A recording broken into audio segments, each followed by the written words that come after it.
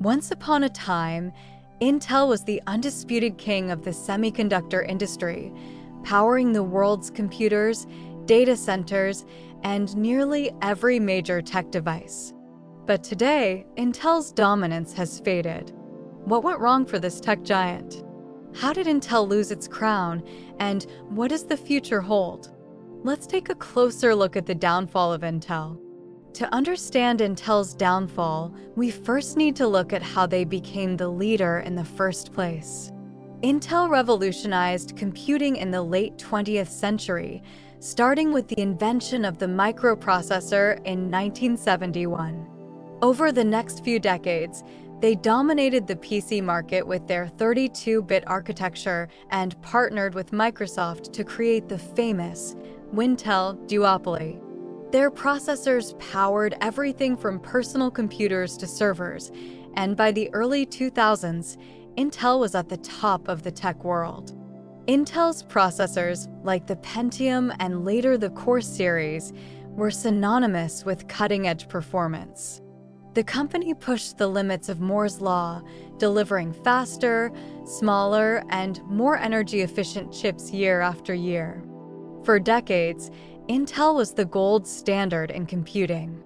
But by the late 2010s, cracks in Intel's foundation started to appear. The first major sign of trouble? Manufacturing delays. Intel struggled to move from 14 nanometers to 10 nanometers, a critical step in shrinking transistor size for better performance and efficiency. While Intel was stuck in the 10 nanometers production delay, competitors like TSMC and Samsung leaped ahead, moving to 7 nanometers and even 5 nanometers technologies. At the same time, Intel faced a renewed challenge from a longtime rival, AMD. Thanks to a partnership with TSMC, AMD began producing chips on more advanced nodes, releasing the groundbreaking Ryzen processors in 2017. AMD's chips offered better performance per watt, especially in multi-core tasks, areas where Intel had traditionally been strong. Intel's troubles weren't just technical, they were also rooted in leadership issues.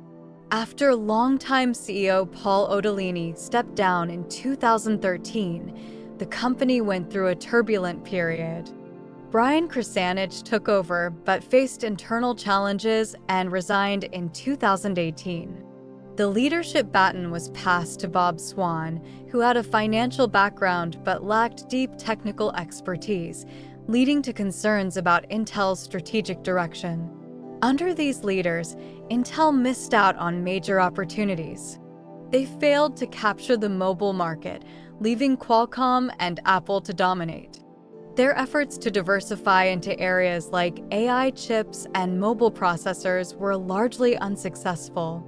And all the while, Intel's once legendary manufacturing lead slipped further away.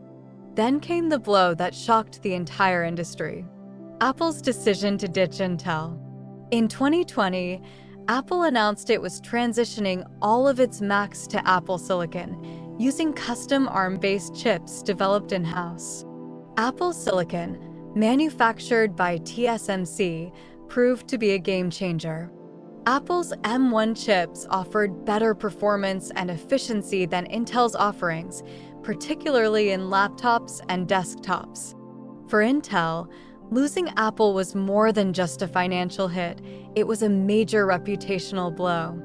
At the same time, AMD continued to gain market share in both consumer and server spaces with its Ryzen and EPYC processors.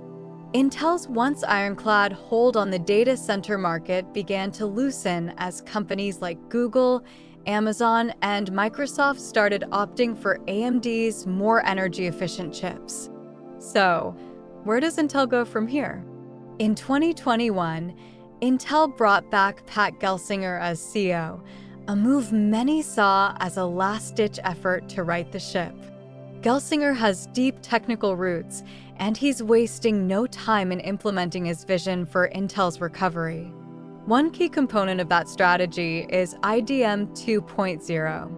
IDM 2.0 is a plan to revitalize Intel's manufacturing by not only investing in new fabs in the US and Europe, but also outsourcing some chip production to TSMC and Samsung. Gelsinger hopes this strategy will help Intel regain its technological edge, while also positioning the company as a major player in the growing foundry business, competing directly with TSMC. In addition to manufacturing, Intel is making significant investments in AI, quantum computing, and other emerging technologies. They're also expanding their efforts in autonomous vehicles, especially after their acquisition of Mobileye. But the big question remains, can Intel catch up to TSMC and AMD in the next few years, or has the competition already won? The path forward for Intel is not without hope, but it's steep. The semiconductor landscape has shifted dramatically, and the once dominant leader now finds itself playing catch-up. Pat Gelsinger's leadership has inspired optimism within Intel, and the company is betting big on future technologies, US-based manufacturing, and an expanded role in the global chip supply chain. Only time will tell if Intel can reclaim its crown, but one thing is certain: the competition is fiercer than ever. In a world where AMD, Apple, and TSMC are pushing the boundaries of innovation, Intel's future is anything but guaranteed. What do you think? Will Intel bounce back or continue to fall behind? Let us know in the comments below. Thanks for watching. If you enjoyed this video and want to stay updated on the latest in tech, don't forget to hit that like button and subscribe. And click the bell icon to stay notified of our future videos. Until next time, keep exploring the world of technology.